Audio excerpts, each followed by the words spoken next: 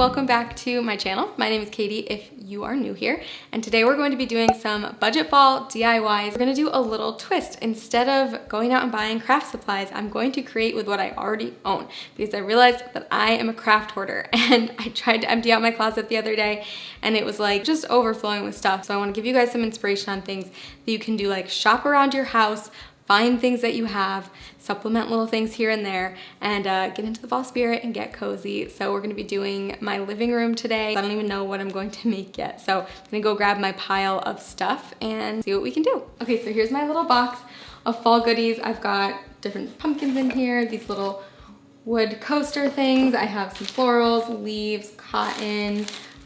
There's some mason jars. So we're just gonna go through it and see what I can find. And then I've got some other just regular craft supplies I'm gonna supplement in and make a few DIYs with. Okay, so on my coffee table already, I just have some neutral decor, some candles and some coasters, so I'm removing those, and I wanted to make some fall coasters to replace the other ones for now. So I found a scrap piece of leather and a piece of cork, and I took one of the coasters that I already had, and I just traced it onto the piece of cork, and this is going to be the backing of the coaster. So I'm just gonna make two for this project. So I'm cutting out the cork squares, and then you can trim them up as you need to once you get it all cut out. And then I'm gonna do the same thing with the leather by tracing the coaster onto the back of the leather and cutting it out. I'm using some Mod Podge. You can use really any type of glue that you have, but something that's thin. So I'm just spreading a layer of Mod Podge all over the back of the cork and then laying down the leather right on top of it. So it looks really nice already, but what I wanted to do is make it a little bit more fall. So I decided to do some stenciling, and I had these leaf stencils. You might have seen me use them on my doormat in my last video. And I'm testing out this paint process on a scrap piece of leather before I do it on the coaster. I always recommend doing that. It worked out well, so I moved on to the real thing, and you just want to use a very thin layer of paint. I'm using a metallic sort of coppery paint, but a thin layer is good so it doesn't bleed through the stencil.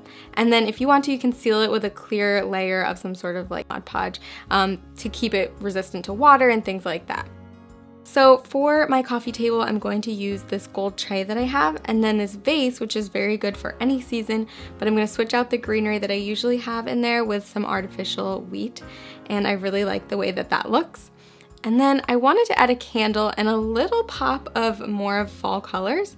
So what I'm doing is taking that wood slice coaster that you guys saw, and I'm putting some of the leaves that you saw in that box onto it. So I'm just using hot glue and gluing down a few of the leaves around the wood slice.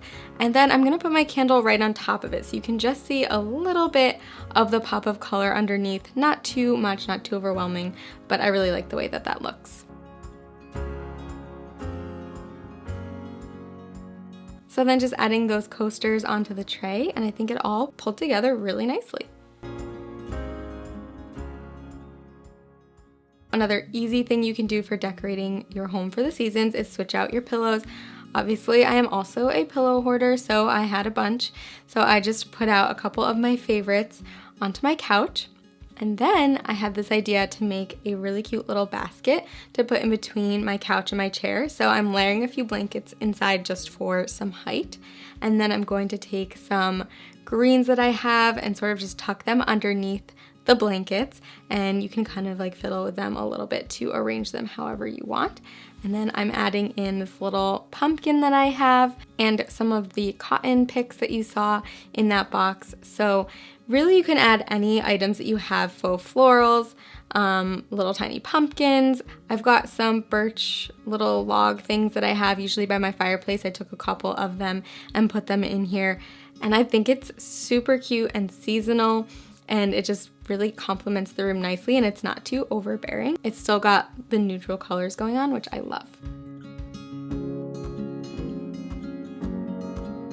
So this is the final look of the room. I am so pleased with it, and as you can see, it was so easy to do these little DIYs and add these simple changes, and all of these things were things that I had in the house or things that you can easily go out and get. And I wanted to show you also what it looks like at night. I think it's so cozy looking.